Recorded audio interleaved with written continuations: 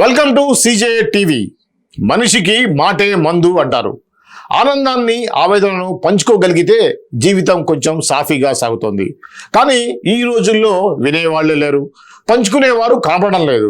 అటువంటి వారి కోసం హైదరాబాదులో ప్రత్యేకమైన వేదిక ఏర్పాటైంది. పేరు హ్యూమన్ లైబ్రరీ. పుస్తకాల స్థానంలో మనుషులే పాఠాలు చెబుతున్నారు. పూర్తి కథల్లోకి వెళ్దాం. బాధలు వినేవాళ్లే లేరు, సంతోషాన్ని పంచుకునే వాళ్ళు లేరు. ఈ ఒంటరితనాన్ని అధిగమించేందుకు ఏర్పడిందే హ్యూమన్ లైబ్రరీ. ఇక్కడ పుస్తకాలు ఉండవు, మనుషులే పుస్తకాలుగా మారతారు. తమ జీవిత అనుభవాలనే పాఠాలుగా చెబుతారు.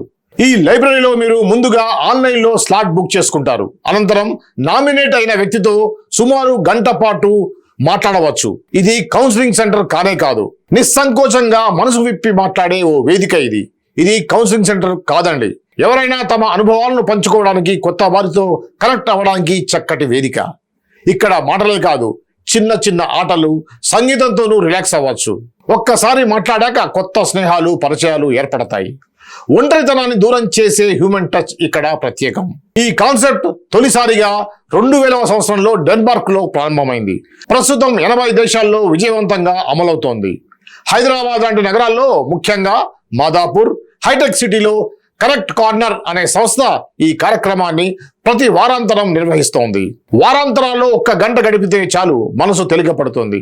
మన కథలు పంచుకోవడం ద్వారా ఒకరికొకరు అండగా నిలవవచ్చు.